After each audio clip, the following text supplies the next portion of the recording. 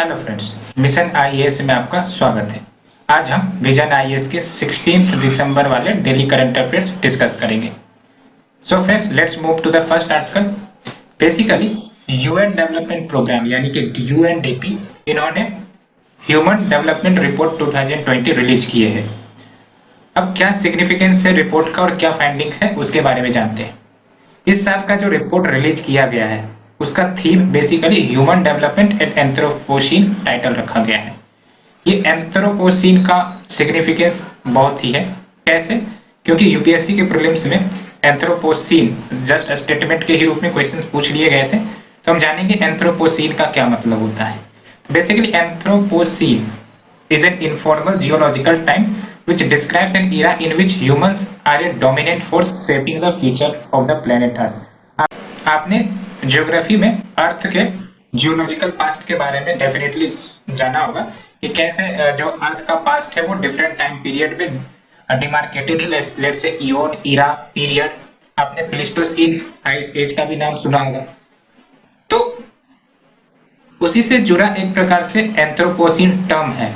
इसमें इंपॉर्टेंट बात यह है कि ये जो वर्ड एंथ्रो है इसमें human is the dominant force that is shaping the future of the planet earth, यानी कि ये उस पीरियड को डिनोट कर रहा है जिसके तहत ह्यूमन काफी ज्यादा अर्थ पर परिवर्तन ला रहे हैं। अब परिवर्तन कैसे ला रहे हैं? Let's say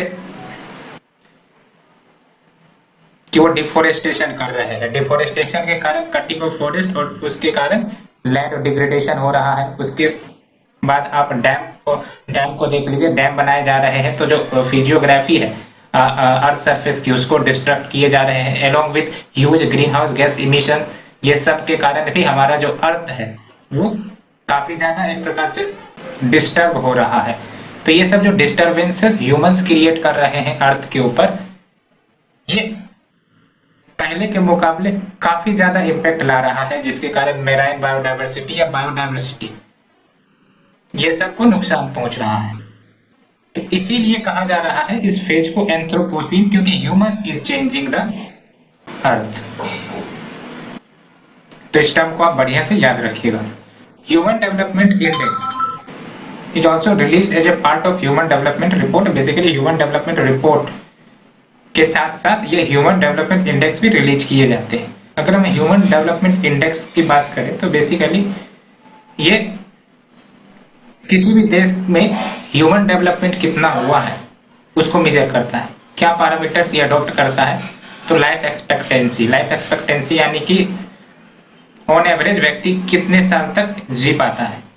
along with education the second parameter, as well as per capita income. Per capita income यानी कि किसी भी देश का जीडीपी है उसको पॉपुलेशन से डिवाइड कर देंगे तो वो पर कैपिटा इनकम निकल जाएगा। लेकिन इस बार के एचडीआर में एक अलग से दो पैरामीटर्स को लाया गया है जिसको प्लैनेट प्रेशर्स के कैटेगरी में रखा गया है, यानी कि प्लैनेटरी प्रेशर एडजस्टेड एचडीआर। इसको सेपरेटली निकाला गया है। इसके तहत दो कंपोनेंट इंक्लूड किए गए हैं। One is carbon dioxide emission per capita, यानी कि कोई भी देश पर कैपिटा CO2 इमिशन कितना करता है, along with material footprint per capita, यानी कि कोई भी देश मटेरियल फुटप्रिंट कितना रिलीज करता है। मटेरियल फुटप्रिंट का मतलब हुआ कि लेट्स से कि ये कोई प्रोडक्ट है, फाइनल कंजम्पशन गुड, इसको बनाने के लिए जो रिसोर्सेस लगे होंगे या जो रॉ मटेरियल्स लगा होगा उसको मटेरियल फुटप्रिंट का नाम देंगे। तो इससे साफ साफ ये निकलता है कि अगर मटेरियल फुटप्रिंट आपके देश में काफी ज्यादा है, इसका मतलब ओवर एक्सप्लॉयटेशन हो रहा है आपके नेचुरल रिसोर्सेज का। तो और कुछ नहीं है, ये प्लैनेटरी प्रेशर एडजस्टेड एचडीआई, याद रखिएगा, ये सेपरेटली कैलकुलेट किया गया है। अब अन्य फाइंडिंग्स की बात करते हैं।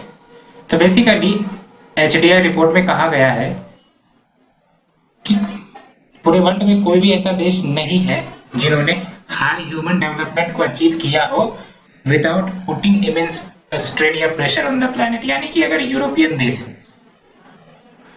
हाई ह्यूमन डेवलपमेंट अचीव किए हैं तो at the cost of exploiting the nature, ये बात कही गई है। द नेक्स्ट इज ये जो कोविड-19 पैंडेमिक आया इसके कारण approx 10 crore people extreme poverty में मूव कर जाएंगे, यानी कि they will face extreme poverty, the worst setback in A generation. आपको याद रखने की जरूरत है, मेंस के लिए इंपॉर्टेंट पॉइंट है। टॉप 3 पोजीशन इन एचडीआई जो ऑक्यूपाई किया है वो नॉर्वे, यूरोलैंड, स्विट्जरलैंड, यानी कि यूरोपियन देश ही है। आप हमें बताइए कि जो नॉर्वे, यूरोलैंड या फिर स्विट्जरलैंड, ये 3 देश आर्कटिक काउंसिल के मेंबर हैं। अन्य कौन से देश आर्कटिक काउंसिल के मेंबर हैं और क्या ये 3 देश आर्कटिक सी से बॉर्डर शेयर करते हैं क्या? तो आप हमें ये बताइए। साथ ही साथ ये बताइए कि गल्फ ऑफ बोथनिया किन 2 देशों के बीच में है। अब हम इंडिया से जुड़े फाइंडिंग्स की बात करते हैं। तो इंडिया 131 रैंक हासिल किया है 189 कंट्रीज के बीच में। अगर हम पिछले साल की बात करें तो इंडिया 129 रैंक अचीव किया था। तो इंडिया का पोजीशन श्रिंक किया है इस साल। एलोंग विथ जो इंडिया का gross national income per capita है, ये 2019 में 6681 यानी कि $6,681 थे और 2018 में $6,829 था। इसका मतलब पिछले साल के मुकाबले जो 2019 है, gross national income per capita fall किया है। इंडिया बॉटम 3rd नंबर पे आएगा अगर हम quality of health and education की बात करें। आपको पता है कि भारत में हेल्थ और एजुकेशन सेक्टर से जुड़े सबसे बड़े चैलेंज हुआ है क्वालिटी का, along with adverse sex ratio and high percentage of vulnerable employees।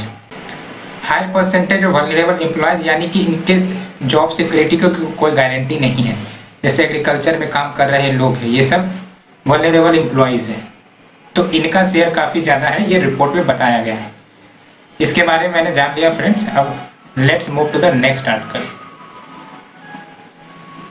It is about basically quality council of India ने recognition scheme for hygiene rating एवं ऑडिट एजेंसी लागू किए हैं या फिर लॉन्च किए हैं। ये ऑडिट एजेंसीज क्या होती है? बेसिकली ग्रुप ऑफ इंडिविजुअल हो सकते हैं या फिर कोई बॉडी हो सकती है जो ऑडिट करती है। ऑडिट करने का मतलब कोई भी रिपोर्ट लेट से कि आया तो वो रिपोर्ट में क्या सही है क्या गलत या फिर ऐसे ही झूठ के बातें कही गई है, इन सब की एक प्रकार से जांच पड़ताल करना, इसे हम ऑडिटिंग कहते हैं। तो जो स्कीम है basically quality control council of India ने लॉन्च किया है। क्वालिटी काउंसिल ऑफ इंडिया यानी कि एक बॉडी है जिसमें कुछ मेंबर्स सदस्य के रूप में होंगे। तो इन्हीं के द्वारा ये स्कीम लॉन्च किया गया है at the behest of FSSAI यानी कि food safety and standards authority of India. ये जो स्कीम लॉन्च की गई है बेसिकली हाइजीन रेटिंग भारत में बढ़ाने के लिए की गई है by increasing the number of recognised HRAA in the country. तो हाइजीन रेटिंग कैसे स्केल अप होगी? जब हम ऑडिटिंग एजेंसी की संख्या बढ़ाएंगे सो दैट वो more and more food enterprises की ऑडिट करे, क्वालिटी की ऑडिट करे।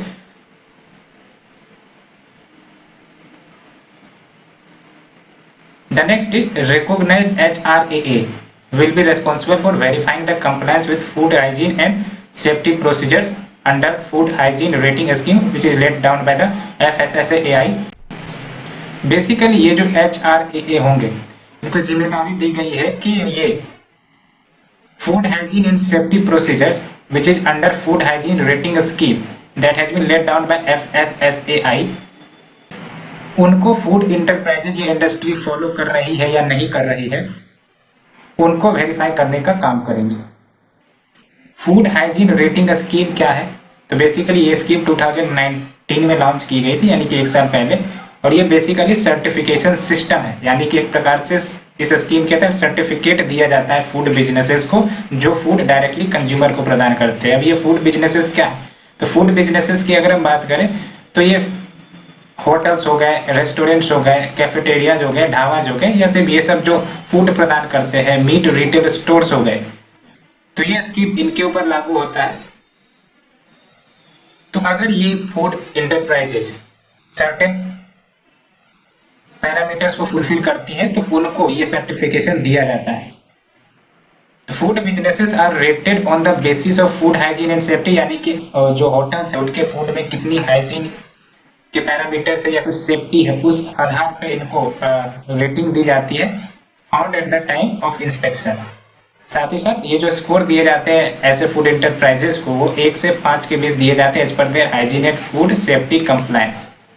अब बात करते हैं कि इस स्कीम का सिग्निफिकेंस क्या होगा।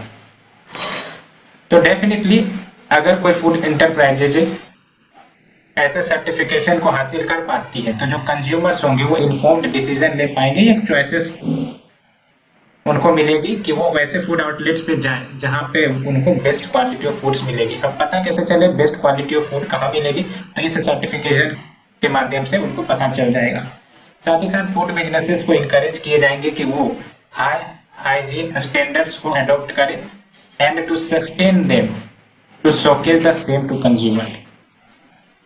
क्वालिटी काउंसिल ऑफ इंडिया की बात करें तो इसे 1997 में सेटअप किया गया था central government along with Indian industry as an autonomous body। ये किस डिपार्टमेंट के अंदर है ये याद रखना जरूरी है। It is under department for promotion of industry and internal trade DPIIT which is under the ministry of commerce and industry. तो ये अगर ministry of commerce and industry है इसके अंतर्गत वेरियस डिपार्टमेंट आते हैं, तो उनमें से एक डिपार्टमेंट DPIIT है और इसी के अंतर्गत एक ऑटोनोमस बॉडी जो कि एग्जीक्यूटिव बॉडी है सेंट्रल गवर्नमेंट के द्वारा सेटअप किया गया है जो QCI है। क्या फंक्शन है basically to operate the national accreditation structure for conformity assessment body. एक बॉडी है बेसिकली, इस बॉडी को ये ऑपरेट करते हैं और ये बॉडी क्या काम करता है, जो इंस्टीट्यूशंस है जो सर्टिफिकेशन अचीव करना चाहते हैं एक्रीडेशन अचीव करना चाहते हैं तो ये बॉडी उनकी इंस्पेक्शन करती है क्या वो एलिजिबल है भी या नहीं, इंस्पेक्शन किया जाता है उसके आधार पर फिर जाके एक्रीडेशन सर्टिफिकेट इनको प्राप्त होते हैं। Along with it provides accreditation in the field of education, health and quality promotion करने का भी ये काम करता है क्वालिटी काउंसिल ऑफ इंडिया। ये याद रखना है कि जो चेयरमैन है क्वालिटी काउंसिल ऑफ इंडिया का ये प्राइम मिनिस्टर नहीं होते, ये प्राइम मिनिस्टर के द्वारा अपॉइंट किए जाते हैं on the recommendation of industry to the government. Let's move to the next article friend. Basically United State तुर्की पर सैंक्शन लगा रहा है ऑन S-400 क्योंकि तुर्की इसे खरीदने जा रहा है। साथ ही साथ इंडिया को भी कॉशन करता है along with अदर नेशन जो रशियन आर्म्स को बाय कर रहे हैं।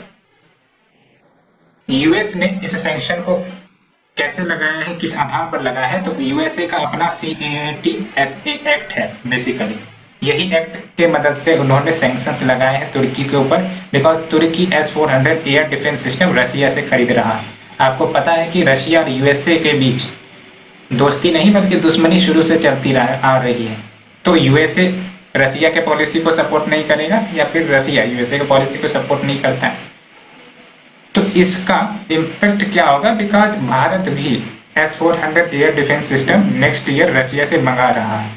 अगर हम S-400 air defence missile system की बात करें तो ये रशिया के द्वारा डेवलप की गई है 4th generation long range surface to air missile system, यानी कि सरफेस से एयर में कोई भी ऑब्जेक्ट होगा चाहे वो सैटेलाइट हो सकते हैं या ड्रोन हो सकते हैं उनको ये खत्म करने का काम करता है। एंड ये जो S-400 मिसाइल सिस्टम है 3 प्रकार के मिसाइल को फायर करता है to create a layered defence. ये जो सिस्टम डेवलप किया गया है S-400 के तहत basically all type of aerial target चाहे वो एयरक्राफ्ट हो या अनमेन्ड एरियल व्हीकल्स हो या बैलिस्टिक या क्रूज मिसाइल्स हो उन सबको डिस्ट्रॉय करने की ताकत रखता है जो भी 400 किलोमीटर के रेंज में आएंगे at an altitude of 30 kilometre. तो ये याद रख सकते हो। सबसे पहली बात आपको ये याद रखना है कि S-400 जो डिफेंस सिस्टम है ये किसका है, रशिया का है, भारत इससे एक्वायर कर रहा है। साथ ही साथ इसका ये पॉइंट आपको याद रखना जरूरी है कि 400 के रेंज तक के जो ऑब्जेक्ट्स है उनको डिस्ट्रॉय कर सकता है at an altitude of 30 kilometre.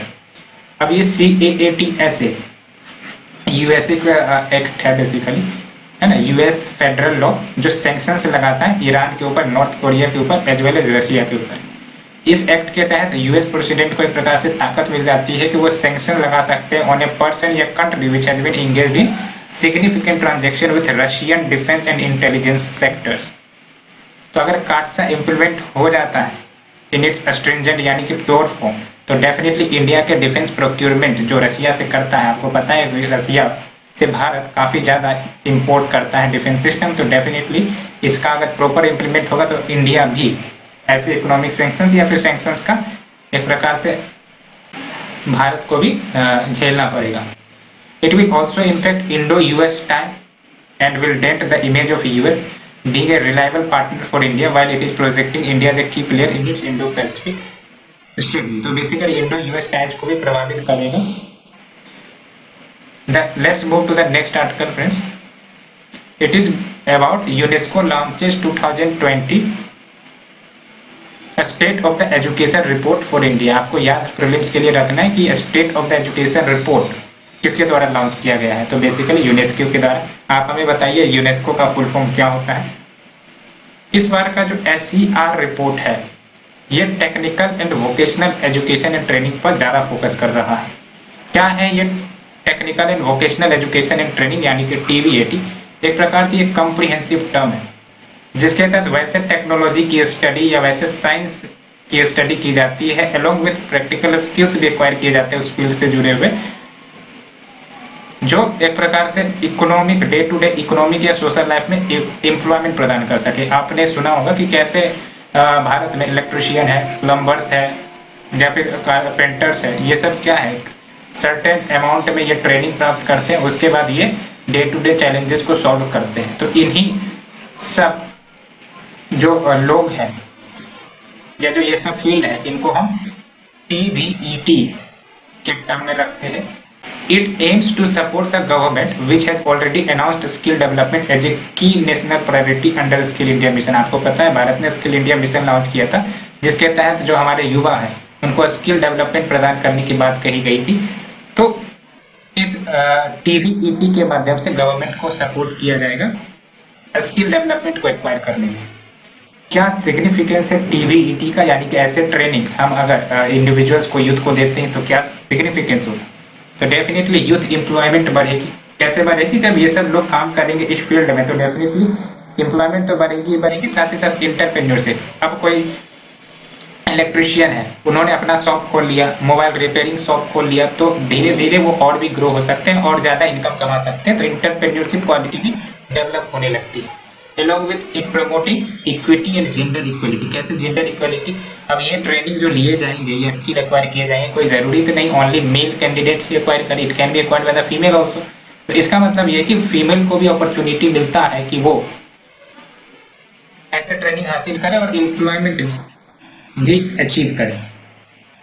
साथ ही साथ facilitating the transition to green economics and sustainable society. तो इसके माध्यम से ग्रीन इकोनॉमिक्स की तरफ भी हम आगे बढ़ेंगे as well as sustainable society.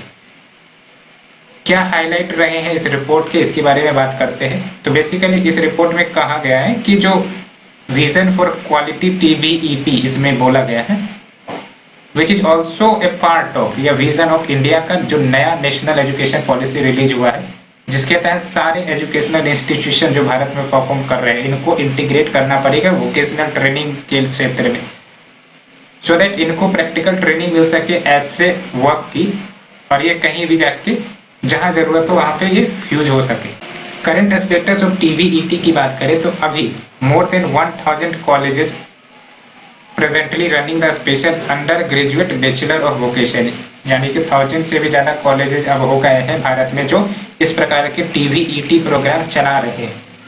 Around 10,158 यानी कि 10,158 state government run school vocational education प्रदान करते टू ओवर 1.2 मिलियन स्टूडेंट, यानी कि 12 लाख स्टूडेंट्स को इस प्रकार के वोकेशनल एजुकेशन प्रदान करते हैं। लेकिन चैलेंजेस क्या है?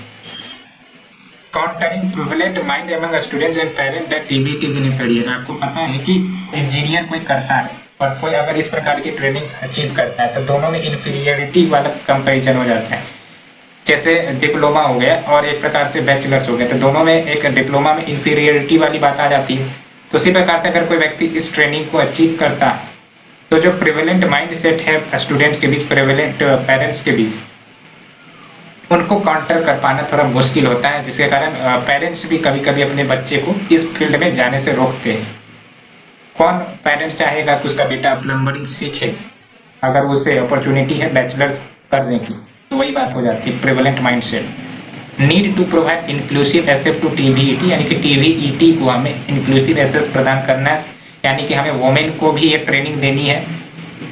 सो along with the need to overcome the large digital divide। आपको पता है कि TVET में बेसिकली कंप्यूटर लर्निंग भी आ जाते हैं, तो रूरल एरियाज में डिजिटल डिवाइड ज़्यादा होने के कारण उनको TVET जैसे ट्रेनिंग नहीं मिल पाती है, तो ये भी एक चैलेंज ही है।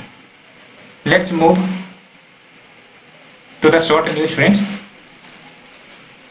बेसिकली अभी पार्लियामेंट का विंटर सेशन होने वाला था, लेकिन इसे कैंसिल कर दिया गया है because of the covid pandemic. तो हमें पॉलिटिक्स में नहीं जाना है, हमें ये समझना है कि पार्लियामेंट का जो सेशन है वो क्या होता है। तो पार्लियामेंट का सेशन बेसिकली एक ड्यूरेशन है, लेट्स से कि 2 महीने या 1 महीने, ये लंबा ड्यूरेशन होता है जिसके तहत जो हाउसेस होती है। अब पार्लियामेंट के तहत कौन से 2 हाउस आते हैं, आप हमें बताइए। They meets almost every day uninterruptedly to manage the businesses. क्या बिजनेस होता है पार्लियामेंट का? लॉ पास करना। They are typically 3 sessions in a year. एक साल में 3 सेशन तो होते ही हैं, लेकिन कंपलसरी नहीं है कि 3 ही सेशन हो। तो अगर हम सेशन की बात करें पार्लियामेंट की, तो प्रेसिडेंट समन करता है। और सेशन कैसे फॉलो होते हैं? सबसे पहले फरवरी टू मई बजट सेशन होता है, इसमें बजट पास किए जाते हैं। मॉनसून सेशन जो जुलाई से सितंबर होता है, विंटर सेशन जो नवंबर से दिसंबर होता है। इस बार होने थे, लेकिन इसको कोविड-19 के कारण टाल दिया गया है। According to Article 85, maximum gap between 2 sessions of Parliament cannot be more than 6 months। यानी कि लेट से कि अगर बजट सेशन मई में खत्म हुआ है, तो नेक्स्ट सेशन 6 महीने के भीतर भीतर, यानी कि अप्रैल, मई, जून, जुलाई, अगस्त, सितंबर, यानी कि सितंबर या फिर उससे पहले जो सेकेंड सेशन होगा उसे लॉन्च कर देना है। ये संविधान का मैंडेटरी है, यानी एक साल में मिनिमम 2 सेशन तो होने ही चाहिए, ये मैंडेटरी है। Let's move to the next article, friend. It is about 12th Green Rating for Integrated Habitat Assessment Summit, यानी कि गृह समिट। तो ये जो 12th गृह समिट, वर्चुअल समिट, समिट मतलब बेसिकली मीटिंग, 12th गृह वर्चुअल समिट ऑर्गेनाइज किया गया है। और ये जो थीम है इस समिट का, बेसिकली रिजुवेनेटिंग रिजाइलेंट हैबिटेट। रिजाइलेंट का मतलब क्या हुआ कि लेट्स से आपको कोई नेचुरल डिजास्टर आया, तो आपका इंफ्रास्ट्रक्चर या आपका इकोसिस्टम इतना ज्यादा स्ट्रॉन्ग है कि वो डिजास्टर आपका कुछ नहीं बिगाड़ सका। हम सबसे बेस्ट एग्जांपल देते हैं जापान। तो जापान में जो रिजाइलेंट इंफ्रास्ट्रक्चर है, चाहे वो बिल्डिंग हो, रोड्स हो, कितने सुनामी, अर्थक्वेक आ जाते हैं, फिर भी उनके स्ट्रक्चर्स को कुछ नहीं होता, तो उसे रिजाइलेंट कहते हैं। तो गृह की बात करें तो it is A national rating system of India for any completed construction on the buildings environmental performance. तो इस गृह के तहत कोई भी बिल्डिंग जो हाल फिलहाल में कंस्ट्रक्ट किया हो, उसका कंप्लीशन हो गया हो, तो वो बिल्डिंग इन्वायरमेंटल परफॉर्मेंस के क्षेत्र में कितना अच्छा है, कितना एफिशिएंट है, उसकी रेटिंग प्रदान करता है। अब इन्वायरमेंट परफॉर्मेंस का क्या मतलब हुआ कि वो कितना बिल्डिंग एनर्जी कंजप्ट करता है, या फिर वास्ट जनरेशन कितना करता है, रिन्यूएबल एनर्जी अडॉप्ट किए हैं या नहीं किए हैं। फॉर एग्जांपल हमने क्या सोलर रूफटॉप अडॉप्ट किया है या नहीं किया है, अलोंग विद अदर पैरामीटर्स, जिसके आधार पर ये जज किया जाता है और रेटिंग दी जाती है। गृह rating has been acknowledged as a tool to evaluate reduction in emission intensity through habitat as a part of mitigation strategy for combating climate change in India's nationally determined contribution। यानी कि भारत का जो अपना nationally determined contribution है, उसमें साफ साफ कहा गया है कि ये जो गृह रेटिंग है, यानी कि ग्रीन रेटिंग्स है, एक प्रकार से ये टूल की तरह काम करता है, जिसके मदद से हम जो कार्बन इमिशन इंटेंसिटी है उसके रिडक्शन को इवैल्यूएट करते हैं थ्रू हैबिटेट्स। और ये जो रेटिंग पैरामीटर्स है, ये डेवलप किए गए थे the energy and resource institute, TERI, इसके द्वारा डेवलप किया गया था। Let's move to the next article, friends.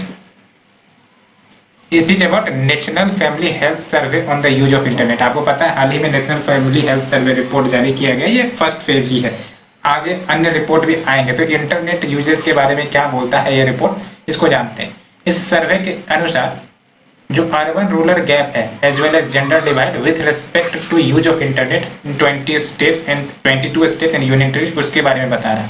Urban rural gap का मतलब क्या हुआ कि अर्बन के कंपैरिजन में रूरल एरिया में इंटरनेट पेनिट्रेशन कितना है, साथ ही साथ जेंडर डिवाइड, यानी कि जो मेल के कंपैरिजन में फीमेल कितना इंटरनेट यूज करती है, उसके बारे में ये सर्वे बता रहा है। इसमें कहा गया है कि on an average 42.6% of women ever used internet, यानी कि हमारे देश में अप्रोक्स 42.6% ऐसे वुमेन हैं जिन्होंने शायद ही कभी इंटरनेट यूज किया होगा। जबकि अगर हम परसेंटेज ऑफ मेन की बात करें तो वो 62.16% है जिन्होंने शायद ही कभी इंटरनेट यूज किया होगा। अर्बन एरिया में average 56.81% women ever use the internet compared to 73.76% among the men। यानी कि अर्बन एरिया में 56.81% वोमेन ने कभी यूज किए होंगे इंटरनेट। अगर हम अर्बन एरियाज में मेन की बात करें तो अप्रोक्स 73.76% ऐसे मैन है जिन्होंने शायद ही कभी इंटरनेट यूज किया होगा। साथ ही साथ अगर हम रूरल एरिया की बात करें तो 33.94% वोमेन ने ही शायद कभी इंटरनेट यूज किए होंगे as against 55.6% among men. Let's move to the next article. It is about antimicrobial chemical ट्राइस्कुलैंट। हाल ही के स्टडी में बेसिकली पाया गया है कि ये जो ट्राइक्लोसैन है ये बेसिकली एंटी माइक्रोबियल केमिकल्स है। इनका जो यूज किया जाता है कंज्यूमर प्रोडक्ट में, जिसके माध्यम से सेल्फ यानी कि प्रोडक्ट की जो वैलिडिटी है उसको बढ़ाया जा सके, वो प्रोडक्ट जल्दी खराब ना, इसलिए ये केमिकल डाले जाते हैं। तो ये पता चला कि ये जो ट्राइक्लोसैन केमिकल है इसके कारण न्यूरोटॉक्सिक इफेक्ट्स काउज हो रहे हैं और ये न्यूरॉन्स को डैमेज करते हैं। न्यूरॉन्स को डैमेज करने का मतलब हुआ फ्रेंड्स कि आपकी माइंड की कैपेसिटी इन्फ्लुएंस हो रही है। ये जो केमिकल है इसको पर्सनल केयर प्रोडक्ट्स में यूज किए जाते हैं, like hand soaps, cosmetics materials ranging from athletic clothing to food packaging, इन सब में यूज किया जाता है। US food and drug administration ने पार्शियल बैन लगाया है ट्राइक्लोसैन के ऊपर, लेकिन इंडिया में ऐसा कोई रेगुलेशन है ही नहीं जो ट्राइक्लोसैन बेस्ड प्रोडक्ट्स के ऊपर बैन लगाए। Let's move to the next article. It is about Geminid meteor shower. हर शाम जेमिनिड मेटेओर शावर्स देखने को मिलता है around the second week of December. बात हम मेटेओर की करते हैं तो मेटेओर से पहले जानने से पहले मेटेओराइट की बात करें तो बेसिकली आपको पता है कि ये जो अर्थ है एंड अन्य प्लैनेट्स है इसके इर्द गिर्द ग्रेविटी के इन्फ्लुएंस में बहुत सारे जो एस्ट्रॉइड्स है या फिर ऑब्जेक्ट से मूव करते रहते हैं। आपको एस्ट्रॉइड बेल्ट के बारे में भी पता होगा कि ये अर्थ और मार्स के बीच में ये बेल्ट है, इसमें एस्ट्रॉइड डेब्रिस रिवॉल्व करते रहते हैं। तो ये जो मेटेओराइट्स होते हैं ये ऑब्जेक्ट्स होते हैं जो स्पेस में घूमते फिरते रहते हैं। It ranges from the size dust grain से लेके स्मॉल एस्ट्रॉइड्स तक। लेकिन मेटेओर का क्या मतलब हुआ कि ऐसे मेटेओराइट अगर वो अर्थ के एटमॉस्फेयर में इंटर कर जाते हैं, लेट्स से कि अर्थ का एटमॉस्फेयर है और कोई मेटेओराइट अर्थ के एटमॉस्फेयर में इंटर कर गया है तो उसे हम मेटेओर कहेंगे। Geminid meteors are created by tiny bits of rock की डिब्रीज, छोटे छोटे रॉक की डिब्रीज होते हैं और जब ये अर्थ के एटमॉस्फेयर में आते हैं तो ये बर्न होने लगते हैं, जिसके कारण आपको शॉवर्स यानी चमचमाता आसमान भी आपको देखने को मिलेगा।